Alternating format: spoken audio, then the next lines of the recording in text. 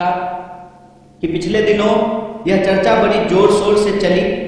दो तरह के जो है न्यूज आने शुरू हुए। एक, जब मोहन भागवत जी का इंटरव्यू आया तो कुछ लोगों ने हेडलाइन इस तरह से बनाया कि राहुल गांधी का जवाब दिया मोहन भागवत जी ने, और कुछ लोगों ने यह चर्चा शुरू की कि आरएसएस तो स्वागत कर रही है यात्रा का, तो फिर आरएसएस के ऊपर जो है क्यों हमला किया जा रहा है।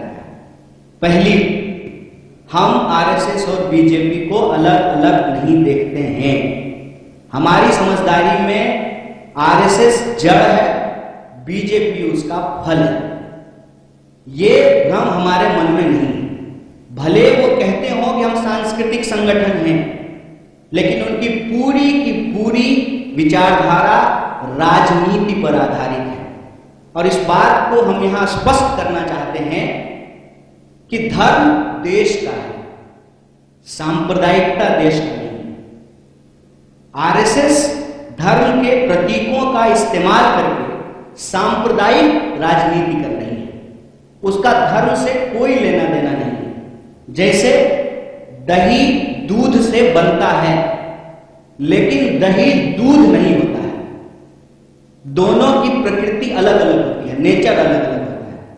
कोई भी धार्मिक व्यक्ति किसी का खून बहाना, किसी को मारना, किसी के ऊपर हमला करना, नफरत फैलाना, इस तरह की चीजों का समर्थन नहीं करता है। धर्म के प्रतीकों का इस्तेमाल करके अगर राजनीति की जाती है, जब राज सत्ता और धर्म को मिलाया जाता है, तो वो धर्म नहीं है, वो राजनीति। इसीलिए हमारी नजर में आरएसएस सांस्कृतिक संगठन नहीं है।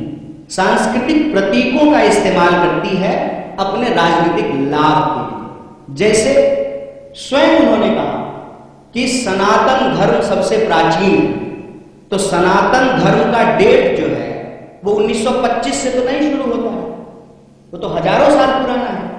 मतलब आरएसएस के बनने से पहले भी धर्म था और आरएसएस के बाद भी धर्म रहेगा। इसका मतलब आरएसएस का धर्म से कोई लेना देना नहीं है।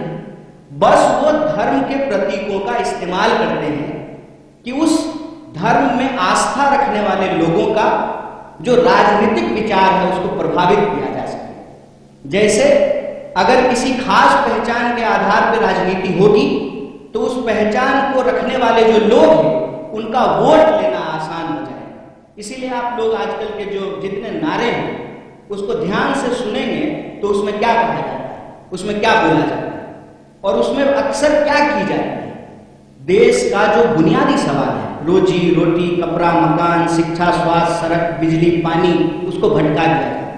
और ये अंग्रेजों की चाल है, यह भी हमको समझना पड़ेगा। बतौर भारतीय राष्ट्रीय कांग्रेस हमको इस बात का गर्व है कि हम इस देश की आज़ादी के लिए अंग्रेजों से संघर्ष किए, देश को आज़ादी मिली, कदम दर कदम बढ़ा करके लड़खड़ाते हुए, संभलते हुए देश हमारा आज इस मुकाम पे आकर के खड़ा हो गया है, जहां उस संविधान के दम पर देश का एक व्यक्ति जो कहते थे कि हम चाय बेचते थे, वो देश के प्रधानमंत्री बन पाए।